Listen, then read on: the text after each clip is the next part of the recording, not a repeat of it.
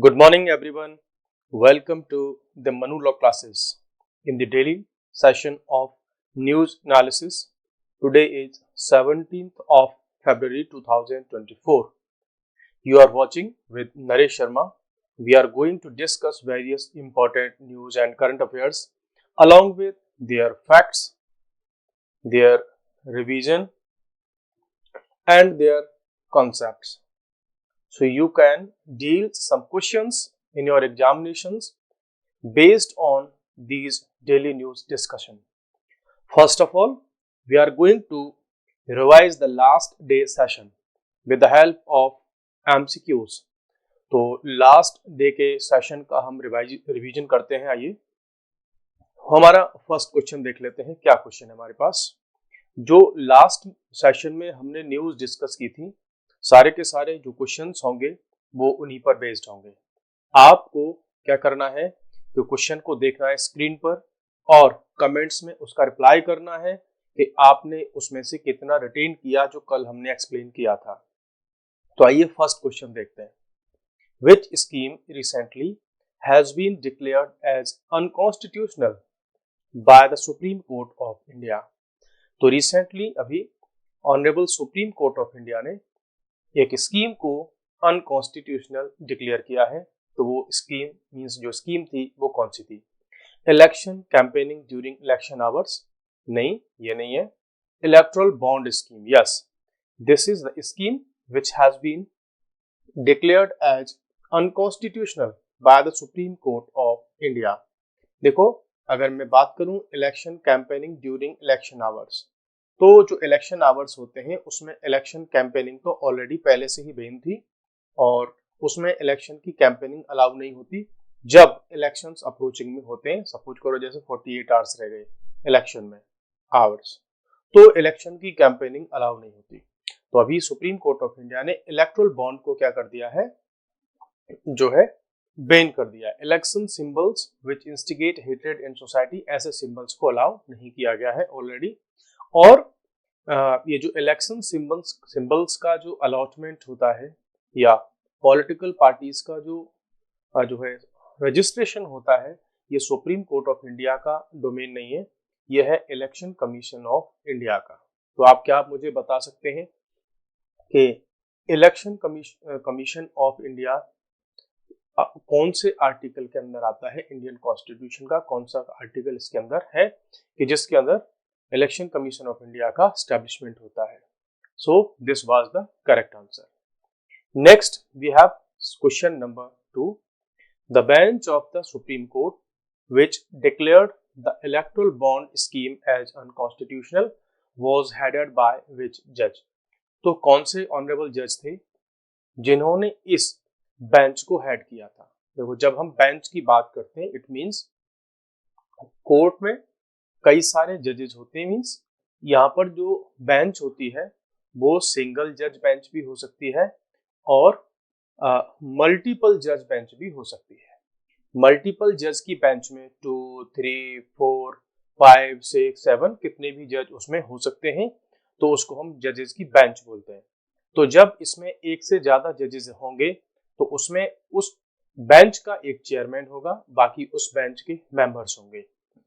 तो जो electoral bond scheme को अभी अनकॉन्स्टिट्यूशनल डिक्लेयर किया, तो this bench was headed by the chief justice of India, that is justice D.Y.. Chandrachud. इन्होंने इस बेंच को हेड किया था और बहुत सारे ओपिनियन भी इन्होंने दिए थे। Honourable justice D.Y.. चंद्रचूड़, इन्होंने ही इस बेंच को हेड किया था। तो ये भी क्वेश्चन हो गया। आप फटाफट से कमेंट सेक्शन में आंसर करते जाइए। क्वेश्चन नंबर 3 हमारे पास में है, which article of the Indian constitution provides voters right to information about political funding? देखो अब आप आंसर कीजिए इसमें कि कौन सा आर्टिकल था, बिकॉज कल आपको मैंने ये जो क्वेश्चन है डिस्कस भी किया था ये वाला कॉन्सेप्ट।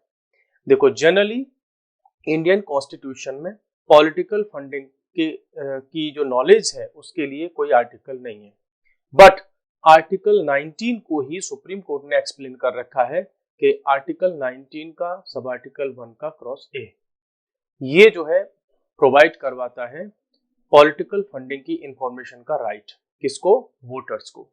तो ये भी एक राइट था और इस राइट का हो रहा था violation due to the electoral bond scheme, because उसमें जो वोटर्स हैं, जो कॉमन पीपल हैं, उनको ये नॉलेज नहीं होती थी कि किस पार्टी को, सपोज करो कोई एक्स पार्टी है, इसको फंडिंग कहाँ से आ रही है।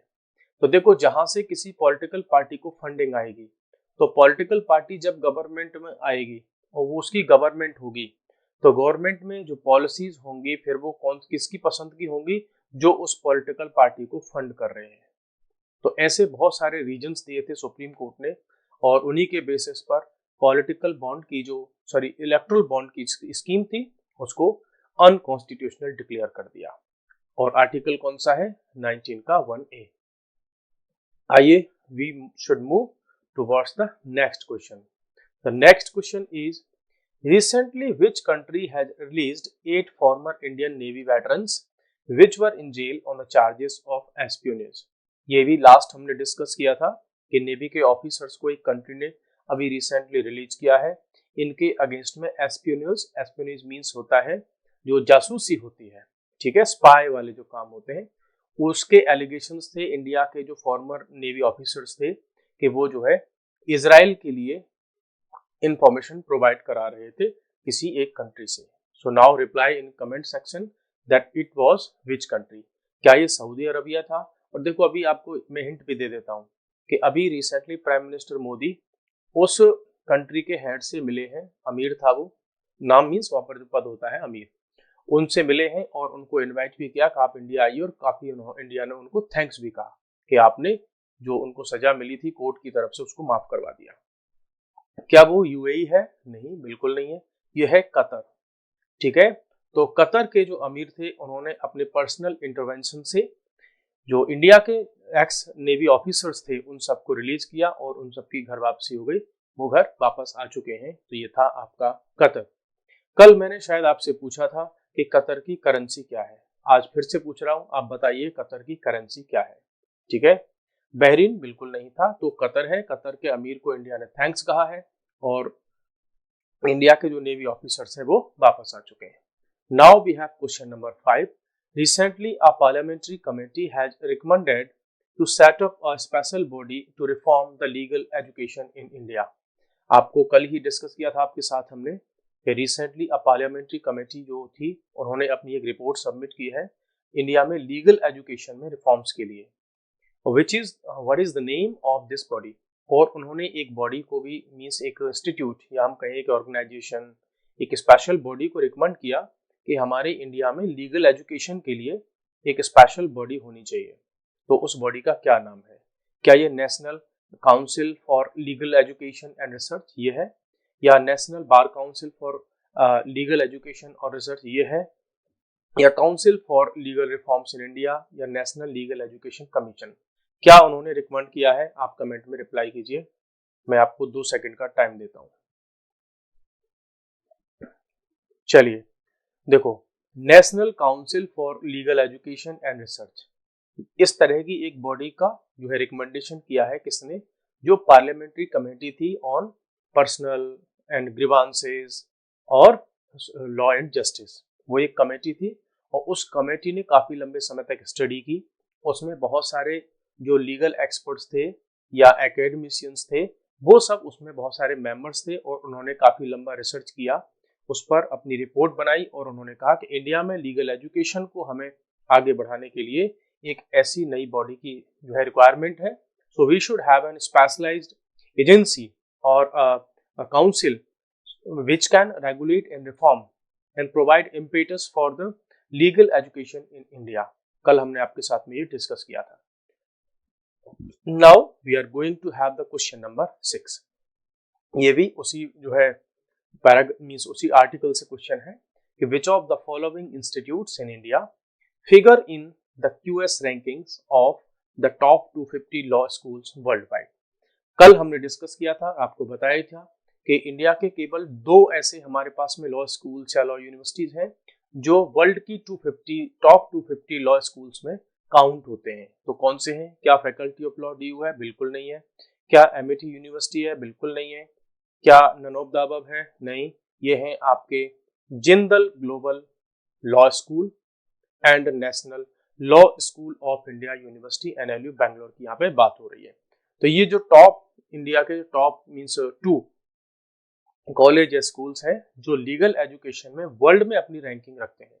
तो जब आप क्लैट के लिए प्रिपेयर करते हैं, बहुत सारे स्टूडेंट्स क्लैट के लिए जब प्रिपेयर करते हैं तो उन सब का मोस्टली ड्रीम होता है कि हमको कैसे भी NLU बैंगलोर मिल जाए। बहुत क्वालिटी वाली एजुकेशन यहाँ पर मिलती है और आपका एकदम करियर बिल्कुल चेंज हो जाता है, आपका फ्यूचर। सो आप ट्राई करो कि जब भी स्कोर करो तो हाईएस्ट स्कोर करो, जिससे कि आप जब क्लैट क्वालिफाई करें तो NLU बैंगलोर आपको मिले, बिकॉज वर्ल्ड क्लास की यूनिवर्सिटी है। Now we are going to have the discussion regarding the farmers protest. आपको पता है, आप टीवी चैनल्स पर, सोशल मीडिया पर, न्यूज़पेपर्स में बहुत कुछ आपको न्यूज़ में मिल रहा होगा कि फार्मर्स अपना कुछ प्रोटेस्ट कर रहे हैं। तो farmers again back on the road. पिछली बार भी ऐसे ही इन्होंने कुछ जो है प्रोटेस्ट किया था, तो अगेन फिर से है। क्या है recent issue? In recent incidents farmers primarily देखो फ्रॉम पंजाब, हरियाणा और उत्तर प्रदेश। इसमें भी जो सबसे ज्यादा है वो है पंजाब के। यहाँ से कुछ फार्मर्स हैं जो उन्होंने अपना एक इनिशिएटिव लिया कि दिल्ली चलो या चलो दिल्ली, ठीक है। और वो दिल्ली गवर्नमेंट नेशनल गवर्नमेंट के साथ में उन्होंने कई बार मीटिंग की, तो कोई फाइनल अभी उनका सॉल्यूशन नहीं निकला है।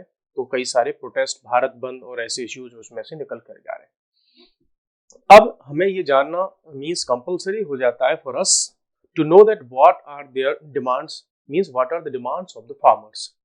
फार्मर्स की डिमांड्स क्या है, वो ऐसा क्या डिमांड कर रहे हैं? फर्स्ट ऑफ ऑल उनकी डिमांड है the legal guarantee of minimum support price.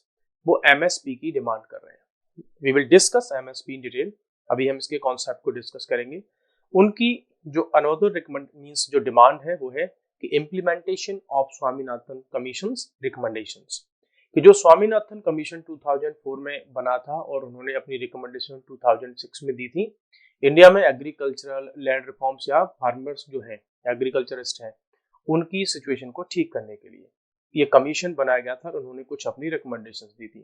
तो फार्मर्स का कहना है कि जो स्वामीनाथन कमीशन ने रिकमेंडेशन दी थी उनको इम्प्लीमेंट किया जाए।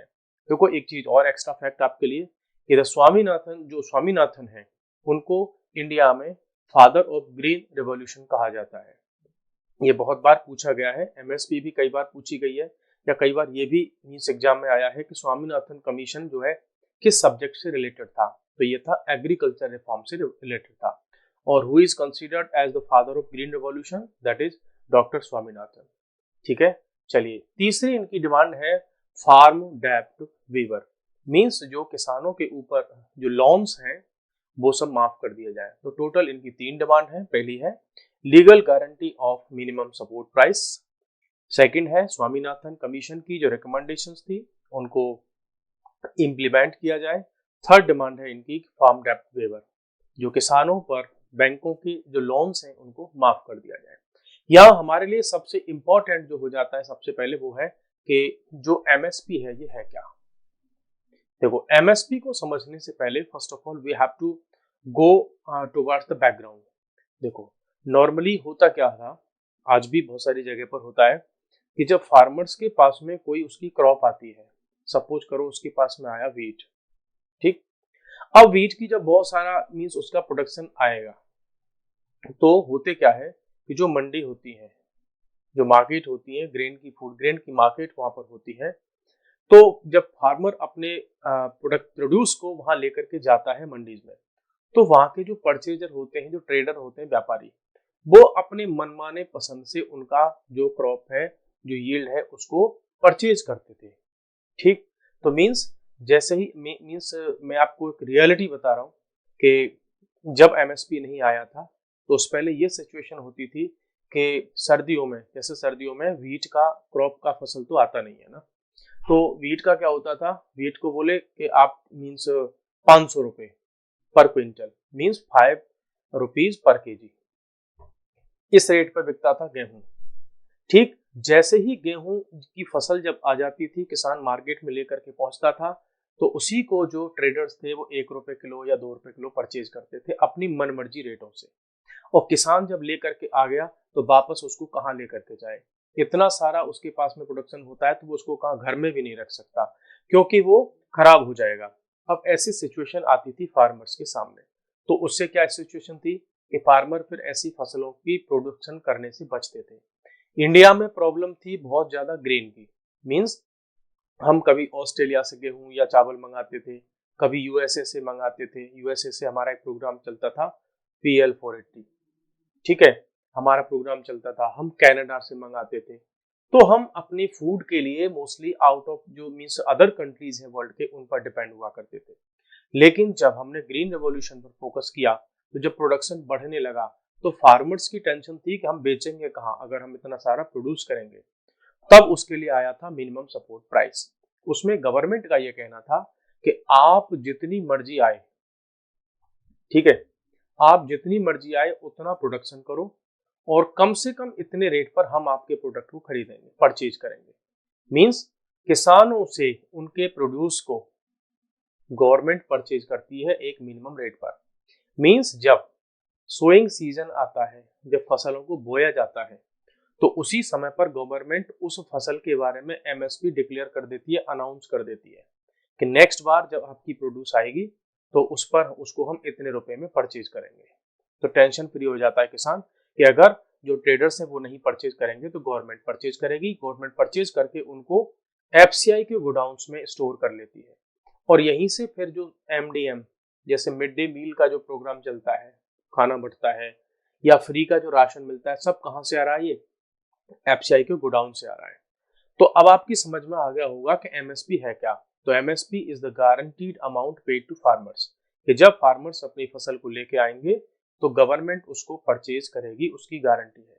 मींस किसी भी किसान को अपनी फसल को बाहर मींस मार्केट में कम दामों पर जो है सेल नहीं करना पड़ेगा। एम क्या है इस MSP का कि भाई एक तो फार्मर्स को रेम्यूनरेटिव प्राइसेस मिल जाए, ग्रोअर्स को, फार्मर्स को, कि उनको मींस कम से कम उतना पैसा तो मिले जिन्होंने उतना उसमें इनपुट किया, मींस उनका कोई लॉस नहीं होना चाहिए। दूसरा हमारा था कि एनकरेजिंग क्रॉप डाइवर्सिफिकेशन। ये भी एम था कि कई सारी जो क्रॉप्स हैं उन पर गवर्नमेंट ने MSP डिक्लेयर कर रखा है, ठीक है, जिससे कि ऐसा ना हो कि फार्मर्स ओनली व्हीट को ही ग्रो करें, राइस को ही ग्रो करें। तो अदर जो क्रॉप्स हैं उनको भी इसमें इंक्लूड कर रखा है जिससे कि बहुत सारी क्रॉप्स को उगाया जाए। प्लस इनका एक पर्पज और था कि प्रोडक्शन को बढ़ा करके रखना, जिससे कि हम वर्ल्ड में एक्सपोर्ट कर सकें और फॉरेन करेंसी को अर्न कर सकें। MSP की अब ये कैसे डिसाइड होती है? तो देखो, इसके लिए हमारे पास एक कमीशन है, commission for agricultural cost and prices.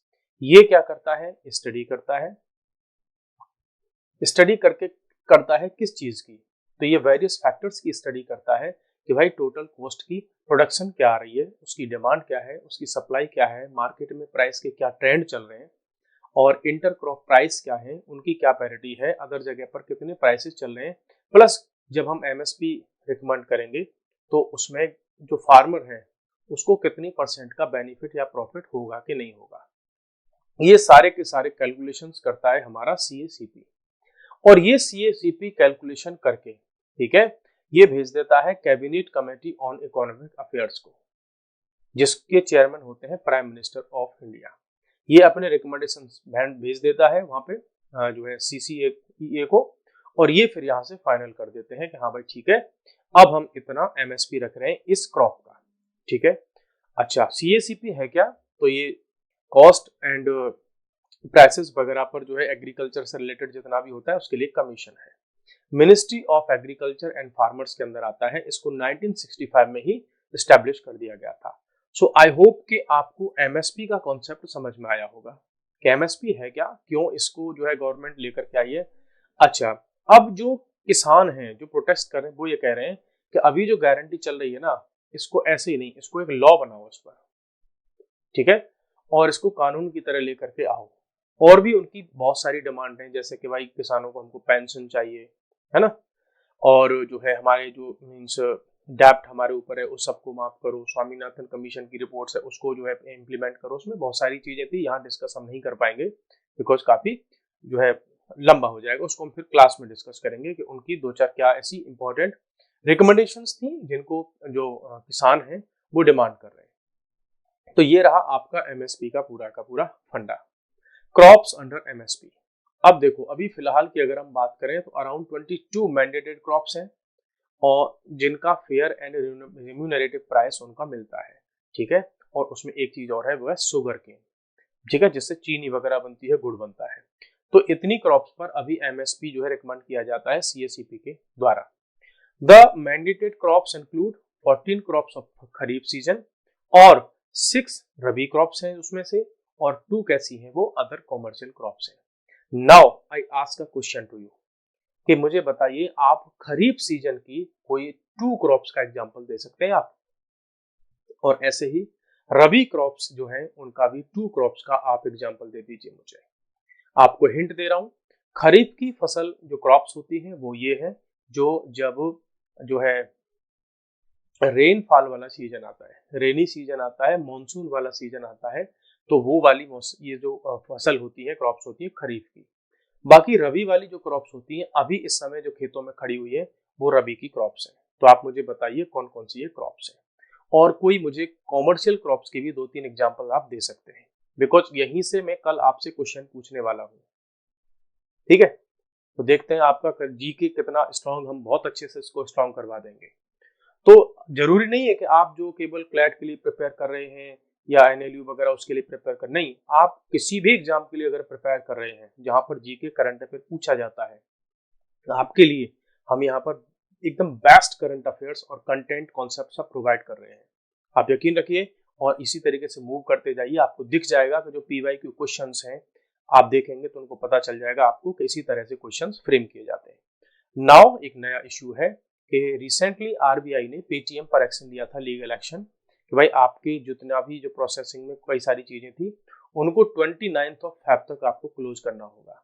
लेकिन अभी क्या कि उन्होंने जो है आरबीआई ने उनको थोड़ा सा जो है लेवरेज दिया कि 29 फेब की बजाय आप इसको 15 मार्च तक ये सारे ऑपरेशंस को आप क्लोज कर सकते हैं, ठीक है।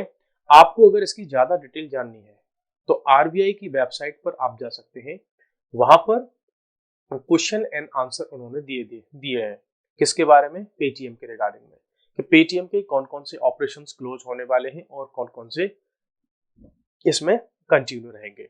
क्या इशू है, तो आरबीआई ने अभी एक्सटेंड कर दिया है 15 मार्च तक, और आरबीआई ने ये भी डायरेक्ट किया है पेटीएम को कि facilitate withdrawals of available balance from all accounts and wallets, कि जो कस्टमर्स के वॉलेट्स हैं, अकाउंट्स हैं, उनमें से जो भी अपना फंड को विड्रॉ करना चाहते हैं उसको बिल्कुल इजी तरीके से उनको अलाउ करो कि अपना फंड वो विड्रॉ कर सकें। हाँ, लेकिन जो फ्रोजन अकाउंट्स हैं, जिनको जो लॉ एनफोर्समेंट एजेंसीज हैं, जिन पर इंक्वायरी चल रही है जिन अकाउंट्स पर, उनसे आप फंड अभी नहीं निकाल सकते। बाकी जो नॉर्मल अकाउंट्स हैं उनसे आप फंड निकाल सकते हैं। ये लीगल एक्शन लिया क्यों गया? देखो, लीगल एक्शन आरबीआई ने लिया पेटीएम पेमेंट बैंक के अगेंस्ट में। क्या क्या उसके पीछे कारण बताए आरबीआई ने, उनको हम देख लेते हैं। कि नॉन केवाईसी अकाउंट्स, देखो जब भी आप बैंक में अकाउंट खोलते हैं तो आपसे आपकी केवाईसी, कि नो योर कस्टमर, केवाईसी का मतलब नो योर कस्टमर मींस आपसे कई बार जो है आधार कार्ड मांगा जाएगा, वोटर कार्ड मांगा जाएगा, पैन कार्ड की डिमांड होगी, एड्रेस प्रूफ होगा, ऐसे कुछ डिमांड्स की जाती हैं। जबकि पेटीएम जो पेमेंट बैंक है उसके अंदर ये वाले ऐसे बहुत सारे अकाउंट थे जिनकी केवाईसी कंप्लीट नहीं थी। Use of single pan card, अब देखो ये बहुत बड़ी समस्या है। कैसे कि इसमें लाखों करोड़ों लोगों के अकाउंट्स हैं और कई बार तो ऐसा हुआ है कि हजारों लोगों ने एक ही पैन कार्ड से हजारों अकाउंट खोल रखे हैं। ठीक, अब पकड़ लो भाई, किसको पकड़ोगे जब अगर मीन्स उसमें कोई मनी लॉन्ड्रिंग का केस होगा। बिकॉज जब आपके पास यही नॉलेज नहीं है कि ये अकाउंट किसका है, तो सपोज करो बहुत सारे जो साइबर फ्रॉड होते हैं, ठीक है, तो साइबर फ्रॉड जब लोग करते हैं तो उस फंड को किसी एक अकाउंट में ट्रांसफर करते हैं। अब इस अकाउंट में अगर ट्रांसफर किया, नॉर्मल किसी बैंक में किया, तो बैंक के पास जाकर के पुलिस की अथॉरिटीज या जो इन्वेस्टिगेटिंग एजेंसीज है उस बैंक से उसकी डिटेल्स निकलवा लेंगी। लेकिन जो अकाउंट विदाउट केवाईसी ओपन हो रखे हैं और जो रन भी कर रहे हैं और उनमें अगर ऐसे फ्रॉड होते हैं, जो है इलीगल मनी उसमें आता है, तो पुलिस उनको कैसे ढूंढेगी कि अकाउंट किसका था, क्योंकि वो तो पैसे लेकर के गायब हो जाएंगे। तो फिर डिजिटल इकोनॉमी का कोई मतलब नहीं रह जाएगा। तो इसलिए कैश को इसीलिए तो गवर्नमेंट कैश को कम करना चाहती है कि उसमें पता ही नहीं चलता कि किसने कितना पैसा जो है कहाँ से लिया और कहाँ किसको दिया। तो ये मनी लॉन्ड्रिंग के इसलिए क्या हो जाते हैं, कंसर्न हो जाते हैं कि भाई कम से कम जो केवाईसी है वो कंप्लीट होना चाहिए था। आरबीआई ने कई बार इसको पेटीएम को रिमाइंड किया था कि आप इनकी केवाईसी करवाओ, लेकिन उन्होंने इस कान से सुना और दूसरे कान से निकाल दिया। High number of dormant accounts, अब ऐसे बहुत सारे अकाउंट्स थे कि वो ओपन हैं लेकिन उनमें कोई ट्रांजैक्शन नहीं हो रहा। देखो पेटीएम पेमेंट बैंक के पास में करीब 35 करोड़ क्या है अकाउंट थे, वॉलेट अकाउंट थे। उनमें से 31 करोड़ अकाउंट ऐसे हैं जो डोरमेंट है, मींस जो इलीगल एक्टिविटीज के लिए, फ्रॉड के लिए, मनी लॉन्ड्रिंग के लिए यूज हो रहे थे। These dormant accounts were used as mule accounts and for committing digital frauds। कि भाई ये वही वाले हैं, इनकी केवाईसी हुई नहीं है, डोरमेंट पड़े हुए हैं, कहाँ से फंड इनमें आ रहा है, किसका अकाउंट है कोई पता नहीं, तो इन फ्रॉड्स के लिए इसको यूज हो रहा था। प्लस डाटा प्राइवेसी का कंसर्न था कि पेटीएम पे जो पेमेंट बैंक है वो अपनी पेरेंट कंपनी 197 कम्युनिकेशन, इसके मींस इस पर डिपेंड है सारा का सारा इसका सिस्टम, मींस सारा का सारा डेटा इसके पास स्टोर होता है, अपना इसके पास कोई सेटअप नहीं है पेटीएम पेमेंट बैंक का। तो ये भी उनके लिए कंसर्न था कि जो डेटा है वो लीक हो रहा है कस्टमर का। फॉल्स कंप्लायंस सबमिशन, अब जब आरबीआई ने कई बार इनसे डिटेल मांगी थी केवाईसी के रिगार्डिंग में या डोरमेंट अकाउंट्स के रिगार्डिंग में, तो भाई आप अपनी हमको डिटेल प्रोवाइड करवाइए कि आप जो जो उन्होंने डिमांड की होगी। अब पेमेंट, ये पेटीएम पेमेंट बैंक क्या करता था, इसके ऑफिसर्स वगैरह क्या करते थे कि आरबीआई को झूठी रिपोर्ट बना करके सेंड कर देते थे। जब बाद में आरबीआई ने कई बार इन चीजों को चेक किया तो वो रिपोर्ट इनकम्प्लीट निकली, फॉल्स निकली कई सारे ओकेजन्स पर। तब आरबीआई को ये फाइनली एक्शन लेना पड़ा कि तुम लोग भाई ऐसे नहीं सुधरोगे, तुम जो है इंडिया के अगेंस्ट में ही ये काम हो रहे हैं। बिकॉज अगर डेटा की प्राइवेसी नहीं है, डोरमेंट अकाउंट से फाइनेंशियल फ्रॉड अगर हो रहे हैं, मनी लॉन्ड्रिंग अगर हो रही है, इलीगल अकाउंट्स हैं, उनमें हो सकता है ड्रग्स का पैसा आ रहा हो सकता है ऐसे अकाउंट्स में टेररिस्ट के लिए फंडिंग हो रही हो, तो कितने सारे बड़े बड़े कंसर्न थे इस पेटीएम पेमेंट बैंक के इन अकाउंट्स की वजह से। So that's why the government की तरफ से जब ये सारी चीजें हुई, रिपोर्ट्स बनी, तब आरबीआई ने अल्टीमेटली ये एक्शन लिया कि भाई अब आप लोगों के ये सारे ट्रांजेक्शन, ये वॉलेट्स आपके ट्रांजेक्शन बंद करने होंगे। तो एक्चुअल में जो बंद हो रहे हैं वो पेटीएम पेमेंट बैंक के ही चीजें, अकाउंट है वो बंद हो रहे हैं। हालांकि इनकी जो यूपीआई वाली सर्विसेज हैं वो अभी कंटिन्यूस रहने वाली है। बाकी ज्यादा डिटेल अगर आपको देखनी है पेटीएम के रिगार्डिंग में, तो मैंने पहले भी बताया, आप आरबीआई की वेबसाइट पर जाइए और वहां देख लीजिए कि आरबीआई ने सारी की सारी डिटेल वहां पर आपको दे रखी है। Now under 19 cricket world cup 2024, ये काफी इंपॉर्टेंट है और अंडर 19 वर्ल्ड कप से कई बार क्वेश्चन आ रखे हैं।